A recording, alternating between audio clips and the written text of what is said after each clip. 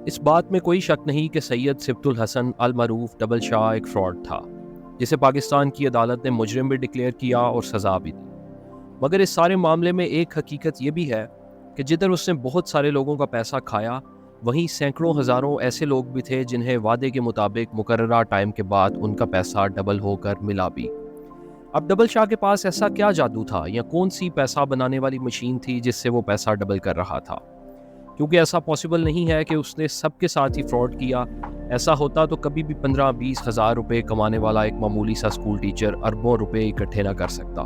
Double شاہ کی کہانی تو ہمیں بتائی جاتی ہے، مگر وہ یہ سارا نظام کس طرح مینیج کر رہا تھا، اس سے ریلیٹڈ بہت ہی کم انفارمیشن اویلیبل ہے۔ آج کی اس ویڈیو میں ہم آپ کو بتاتے ہیں کہ کس طرح ڈبل شاہ نے معاشرے میں اتنا ٹرسٹ بلڈ کیا کہ لوگوں نے اپنی جائیدادیں، گھر، گاڑیاں اور زیور بیچ کر اسے پیسہ پکڑا دیا۔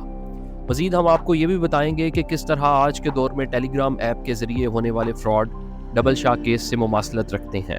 تو شروع کرتے ہیں آج کی یہ ویڈیو۔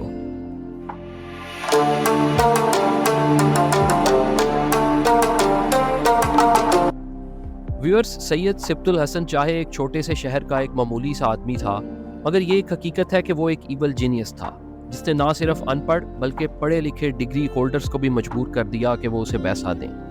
چاہے اس نے ایک فراڈولنٹ اسکیم ہی چلائی، مگر نیٹ ورک مارکیٹنگ کے ذریعے اتنے کم وقت میں اربوں روپے جمع کرنے والا شاید وہ واحد پاکستانی ہے۔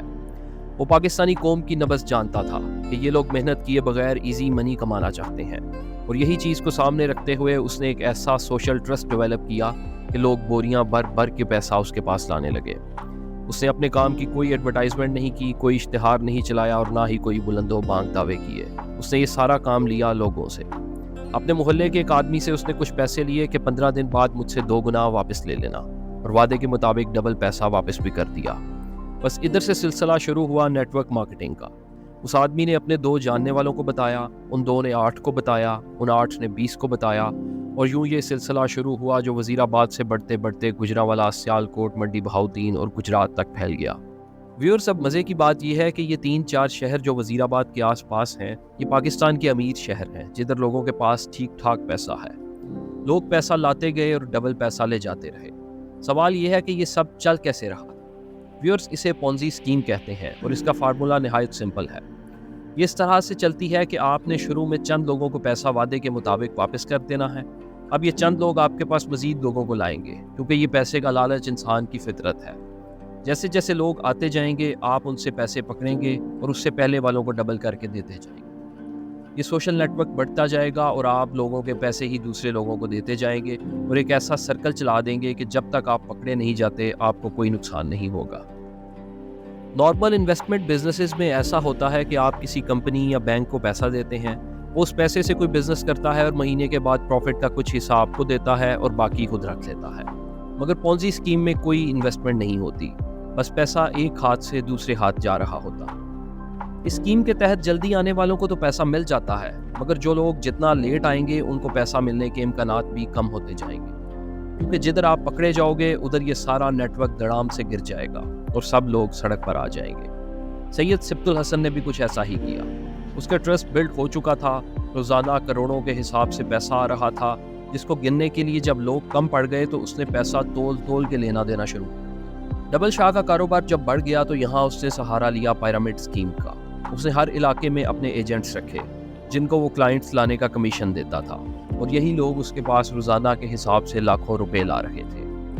ویئرز، یہ نیٹ ورک مارکیٹنگ کی ایک معراج تھی جدھر ڈبل شاہ پہنچ چکا تھا، مگر وہ کہتے ہیں نا کہ آپ کچھ لوگوں کو کچھ عرصے تک تو بے وقوف بنا سکتے ہیں، مگر تمام لوگوں کو لمبے عرصے تک بے وقوف نہیں بنایا جا سکتا۔ 2005 میں یہ کام شروع ہوا اور 2007 میں ڈبل شاہ ایجنسیز کی نظر میں آ گیا، کیونکہ یہ اسکیم اتنے بڑے پیمانے پر شروع ہو چکا تھا کہ صوبہ پنجاب کی اکانومی اب اس کے جھٹکوں کو محسوس کر رہی تھی۔ بینک مینیجرز اپنے بینک سے لوگوں کا پیسہ غیر قانونی طور پر نکلوا کر ڈبل شاہ کے حوالے کر رہے تھے۔ سید سبط الحسن پکڑا گیا۔ اس کے پاس اس وقت 7 ارب روپے تھے، جس میں سے 3 ارب ضبط ہو گئے۔ اس نے اپنی قید پوری کی اور جیل سے باہر آ گیا۔ اب اس پر نہ ہی کوئی پرچہ تھا اور نہ ہی وہ کسی ادارے کو مطلوب تھا، اور 4 ارب اس کے پاس تھا۔